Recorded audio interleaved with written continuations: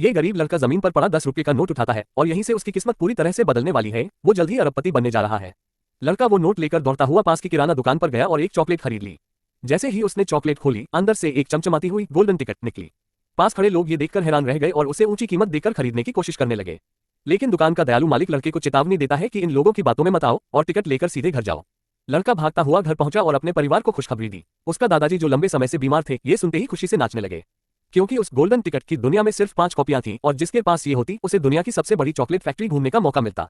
उनमें से एक को तो एक रहस्यमय इनाम भी मिलना था। घूमने का दिन आया। फैक्ट्री के बड़े गेट धीरे धीरे खुले। 5 लकी बच्चे अपने परिवार वालों के साथ अंदर दाखिल हुए। वहां एक अजीब से दिखने वाला आदमी मिला। वो था फैक्ट्री का मालिक मिस्टर वोका।